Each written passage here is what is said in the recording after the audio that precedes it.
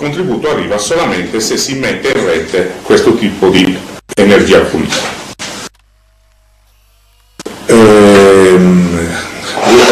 La chiave di volta si è avuta nel febbraio del 2007, quando per ogni kilowatt prodotto di energia solare lo Stato, con il nuovo conto energia, ha concesso un contributo.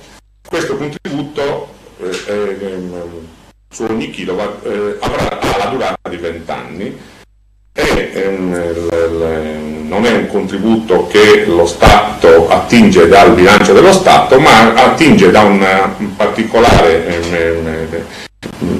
dalla componente A3 della bolletta elettrica.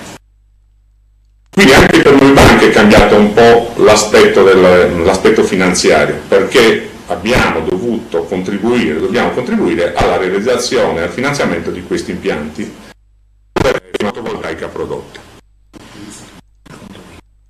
Anche i condomini possono accedere a questo tipo di agevolazione. C'è qualche problema di delega e di delibera a livello assembleare, ma nulla vieta che un condominio per l'utenza condominiale possa munirsi di un impianto fotovoltaico. Aggiungo che per le nuove costruzioni dal 2009 sarà obbligatorio avere almeno 1 kilowatt di fotovoltaico installato, se no a termini di legge non si può ottenere la concessione edilizia.